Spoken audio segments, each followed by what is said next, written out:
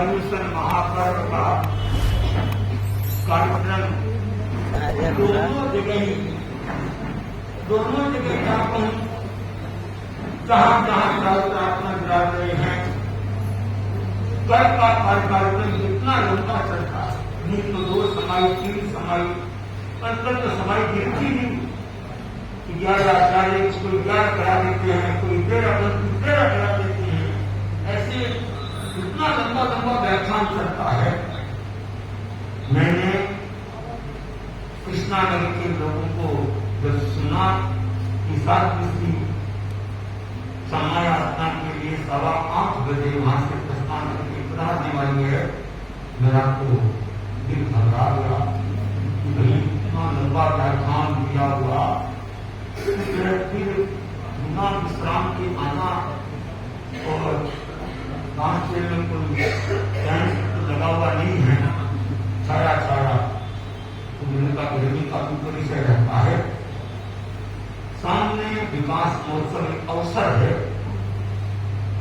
तो 7 श्री अति भी करा है। तो मैंने भी कृष्णा नगर के हरेक व्यक्ति को नहीं कहा, तो समाज के पदाधिकारी उनको कहा कि दर्शन करके 7 श्री को निवेदन नहीं कर सकते। मुझे उनसे सुन के विचार आया, 7 श्री ने हमने घोषणा करके एक बार जाना है, अब ऐसे जाना है आना है, तो फिर अब ऐसे कैसे रोके मुझे बहुत प्रसन्नता हुई कि सोना से हमने 7 कई कर दिए, बम्बई कर दिए, बेंगलोर कर दिए। ये चुनासा एक अपने आप में अलग ही होता है। बम्बई बेंगलोर वहां पर समाज अपना के दूसरे दिन हमारा मिलना हुआ ही। और इस बार 7 पहल की है, तो मैंने सोचा कि ठीक है, अब 7 की पड़ा नहीं है, हम तो 7 की तो कर नहीं सकते, आजकल केंद्र का नहीं बन गया। मैंने कहा अभी नवीन 5 में भुगता का घर नीचे देख लो, यहाँ का जोर बैठती है, बहुत बढ़िया खाता पर भरे, तो ये गरीब रहना तो सारा है, वो कोई बात अपने 5 करोड़ देने में कर रहे मकान, तो गुरुदेव के नाती ले बहुत सा भवन, मैंने कहा वो बात बोल सकते नाथ मेरे लिए माटी है, वो देखे क्या बन गए सकते भी है सकते। मैंने कहा तपस्वी भी है, और हमारे यहाँ पर जो शुरुआत हुई तपस्या किसी के घर से, तो मैंने कहा क्या बीच में किसी के प्रवास स्थल हो जाएगा, तो पता रहेंगे। तो 7 श्री की मौन नहीं रहती, और मेरा मौन का समय है, मेरा व्याख्यान का समय सब जानते, मेरा मौन का समय तो अलग रहता है, ये व्याख्यान का समय रहता है। तो मैंने सोचा और 7 श्री पता रही है, तो भाई हमें खाना नहीं हो जाएगा, भाई बहन तो ये चिंता होगी, नहीं तो भाई बहन की जोड़ के मेरे को निर्माता ये 7 स्थिति की विशेष कृपा है कि कृष्णा नगर पता करके संतों का तो बहाना है, पर ये बड़ा खजाना है। हम तो 3 है, और ये कितने पता कितने 3 के कितने खुले हैं। तो आशा करता हूं कि आज समाया स्नान 21 दिवस के पावन अवसर पर 7 श्री का पावन पदार्पण मेरे लिए नहीं, मेरे सहयोगी संतों के लिए नहीं, समस्त कृष्णा गांधी नगर के लोगों के लिए उल्लास का विषय है। समाज से यहाँ भी कई हो गए, समाज से वहां भी कई हो गए, परंतु शायद समाज आत्मा वाले दिन मिलना हुआ है, यही लोग बता सकते हैं। समाज आत्मा वाले दिन हुआ था कि किसका मिलना ठीक है। अब सिंह जी कह रहे तो बात माननी पड़ेगी, और सिंह जी थोड़ा सा खुले मुंह बोलते तो अच्छा लगता है। हमारे साधारण परिवार में नहीं है, ये हमारे धर्म संघ एक ऐसे सतावधानी आश्रय कवि चंपारण स्वामी का परिवार है। अभी मैंने इसको आती तो चंपारण स्वामी की कविता निकाली देख लो, चंपारण उनका तो रोम रोम खिल जाता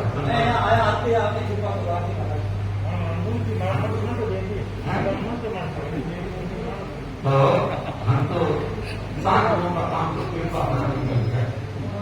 और मैं आशा करता हूँ कि आप इस अवसर पर 7 मिस्त्री जो अपने विचार रखना चाहते हैं तो पहले आइए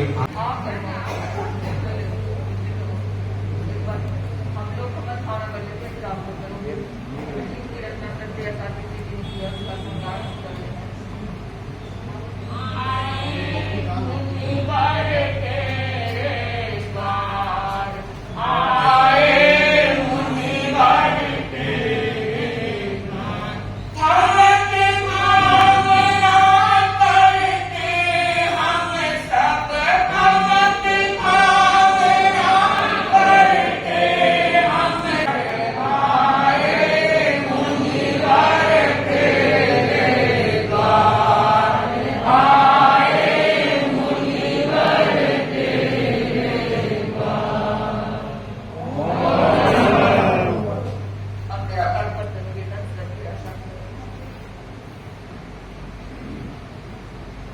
एक छोटी सी घटना, एक राजकुमारी ने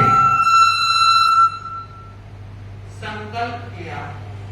वह जमाना स्वयंवर का था और राजकुमारियां स्वयंवर में वर को चुनित करती थी, चयन होता था। मगर उस राजकन्या ने अपने पिताश्री को साफ कह दिया, किसी भी तरह का स्वयंवर नहीं रचे। तो बेटी क्या करना है तुम बताओ। तो उसने कहा एक व्यवस्था कर रहे हैं। क्या कि एक लबालब तेल का भरा हुआ कड़ाहा और जिसमें तेल उबल रहा, अगर कोई युवक, कोई राजकुमार अथवा अन्य किसी जाति का हो, मुझे कोई फर्क नहीं पड़ेगा, मगर मेरी शर्त यह होगी उबलते हुए तेल के कढ़ाई में कूद कर वो बाहर निकल जाए, मैं उसे शादी। पिता ने कहा बेटी इससे अच्छा तो यह है कि तू मुझे यह कह दे, आजन्म आपके घर पर ही मुझे रहना। तेरा कंवारापन मैं नहीं उतार सकूंगा, न नौमण तेल होगा, न राधा नाचे। उबलते हुए कढ़ाई में कौन जान देगा। तो कहा संकल्प तो यही है, आप एक काम करें, घोषणा तो करवा दें, इससे मेरे मन में तसल्ली रहेगी। पिताश्री को जो निवेदन किया वो उन्होंने स्वीकार कर लिया। अब जो होगा देखा जाएगा, पर आप घोषणा करवा दें। आग्रह रहा बेटी का और राजा ने घोषणा करवाई। घोषणा सुनने के बाद अनेक राजकुमार से राजकन्या से शादी करने का मन बनाए गए। क्यों? सुंदरी थी, पूरा सौंदर्य नहीं, वो गुणज्ञा राजकुमारी थी और उसके गुणों की सौरभ आस पास वालों को नहीं, दूर वालों को भी सुगंध आती थी। व्यक्ति नहीं बोलता, व्यक्ति का व्यवहार बोलता है, और व्यवहार अगर मधुर है तो सूरत कैसी भी हो कोई फर्क नहीं पड़ता। और सूरत बहुत अच्छी हो, सीरत ना हो तो गुण बायरो रोइड़े हो। सुगंध नहीं तो कुल बेकार है। और जीवन में अगर मृदुता और शालीनता का व्यवहार नहीं तो जीवन को आदमी बेकार कर लेता। अनेक राजकुमारों ने देखा कि शायद हमें भ्रमित करने के लिए आदेश जारी किया गया है, एक बार वहां जाकर देखना चाहिए सच्चाई क्या है।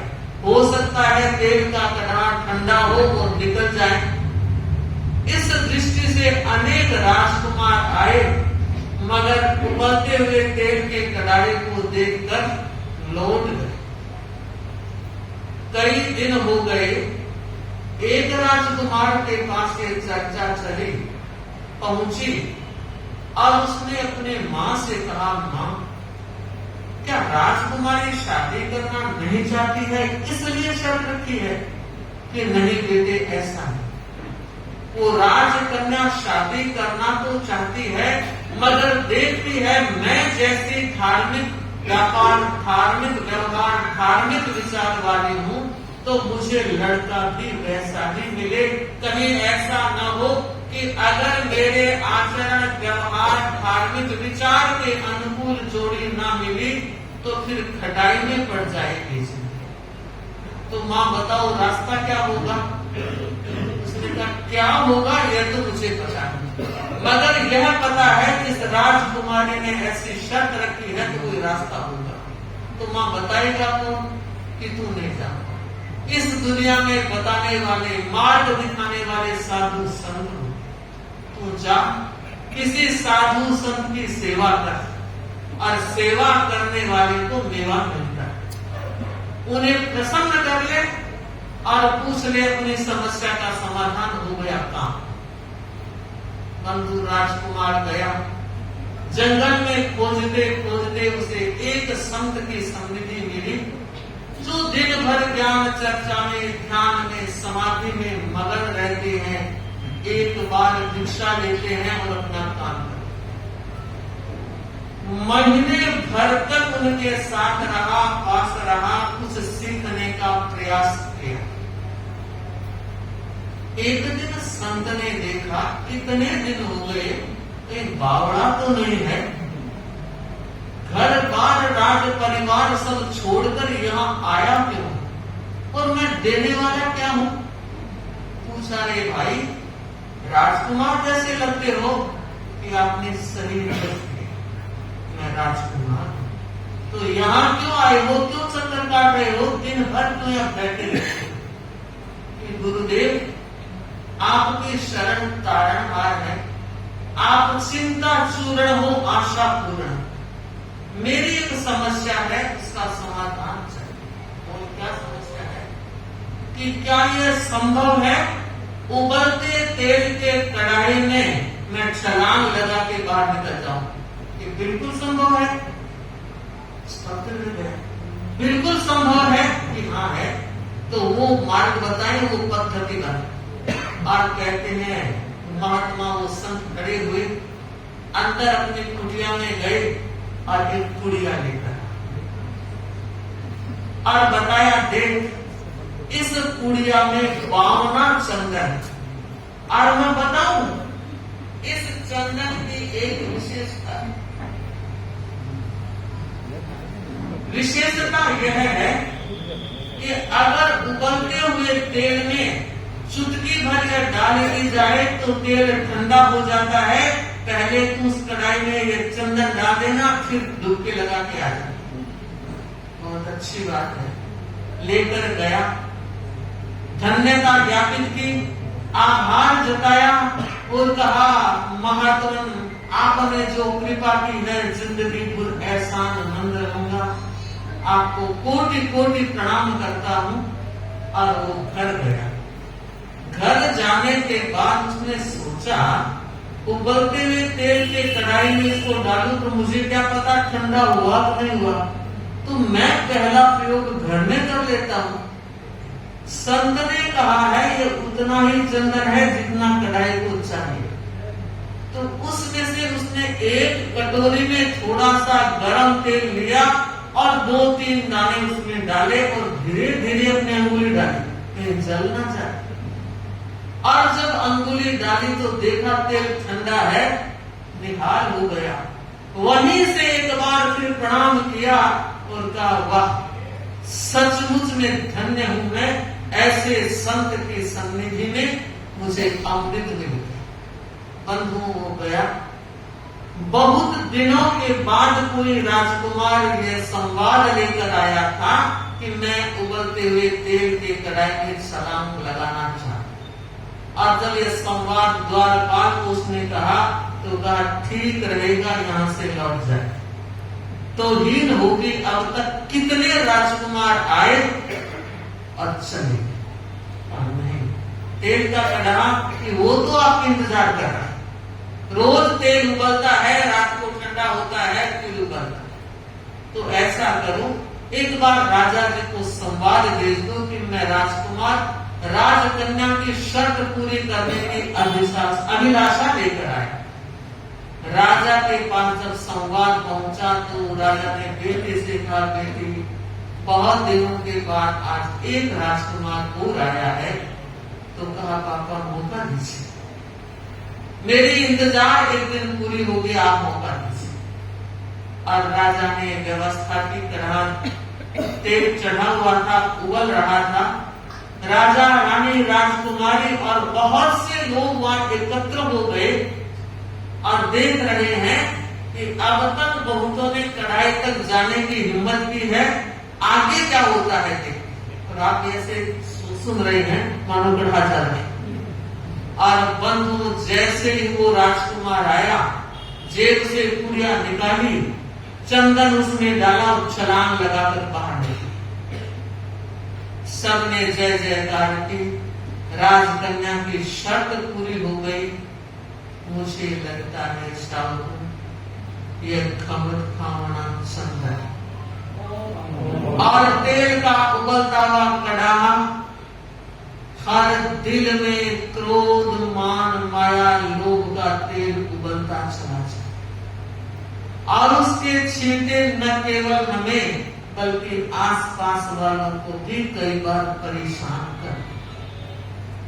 यह क्षमा का चंदन हमें मिला है, जिन शासन हमें मिला है, तेरा पंथ सा नंदन वन भिक्षु का शासन मिला है। और हम सौभाग्यशाली हैं, इतने हमारा संग हमेशा वर्धमानता के शिखर का स्पर्श करता रहा है। आपने और हमने गुरुदेव तुलसी को देखा, गुरुदेव महाप्रज्ञ जी को देखा और देख रहे हैं गुरुदेव महाश्रवण जी को, जो 10 आचार्यों की पुण्याई अकेले भोग रहे। पूरी पुण्यवत्ता के साथ इस तेरापंथ धर्म संघ की सार संभाल कर रहे हैं, मानवता को महानता का मार्ग दिखा रहे हैं। और बंधुओं, मैं सौभाग्यशाली अपने आप को मानती हूँ कि ऐसे धर्म संघ में दीक्षा लेने का अवसर मिला। और इस बार गुरुदेव की जो कृपा हुई, हम दोनों पड़ोसी, एक तरफ संत और एक तरफ सतिया, तो चतुर्विध धर्म संघ। वरना ऐसा होता नहीं, प्राय सतियों का ही प्राय रहता है, कभी कभार ये अवसर आते हैं। तो गांधीनगर, कृष्णा नगर वासियों के लिए, शाहदरा, ओसवाल भवन, वेग नगर वासियों के लिए, और मैं चाहती हूँ पूरा जमुना पार के श्रावकाओं के लिए ये महान अवसर आया। हम बहुत बड़ा आभार व्यक्त करने आए हैं मुनि श्री, आपकी कृपा, आपका वात्सल्य। हमने विवेक विहार में देखा संध्या के समय आप किस तरह हम साथियों पर कृपा की और दर्शन देने पधारे। आज तो हमने अपना दायित्व पूरा किया है। बहुत इच्छा थी, मुनिश्री के चातुर्मास 2 पहले भी हुए हैं, लेकिन सबसे कम दूरी वाला यह क्षेत्र रहा है। बाकी इससे अधिक दूरी वाले क्षेत्र रहे हैं। बेंगलुरु शांति नगर में भी चातुर्मास था, मगर वो कोरोना की स्थिति से मुनिश्री का चातुर्मास हुआ। बाकी तो चेन्नई पधारने वाले थे। 7 साधु सतियों का चौमासा बेंगलुरु में हुआ था, और उसमें साध्वी कंचन प्रभा जी हमारे सबसे बड़े साध्वी जी थे। पहले उनको पवन कामना किया, फिर मुनिश्री के यहाँ आए, पर आज तो आप ही थे। यद्यपि श्रावकों ने, कमल जी गांधी ने अपनी पूरी टीम के साथ भाव भरा निवेदन, जैसा आपसे ने फरमाया, निवेदन बहुत अच्छे ढंग से किया था, लेकिन हमारा मन उससे पहले ही हो गया था। आपकी कृपा तो है ही, वात्सल्य भाव है, मगर आपके व्यक्तित्व की जो रश्मियां, जिस तरह से आप श्रम कर रहे हैं, जिस तरह से श्रावक श्राविकाओं की संभाल कर रहे हैं, और स्वयं तपस्या करते हुए आप अपने सहवर्ती मुनि नमी कुमार जी को भी वंदन करती हूँ कि जिन्होंने तेरापंथ में इतिहास रच दिया है। एक चातुर्मास में 2-2, 35 और 37 का तप नाम सुनते हैं तो श्रावकों रोंगटे खड़े होते हैं। मैं धन्यवाद दे रही हूँ।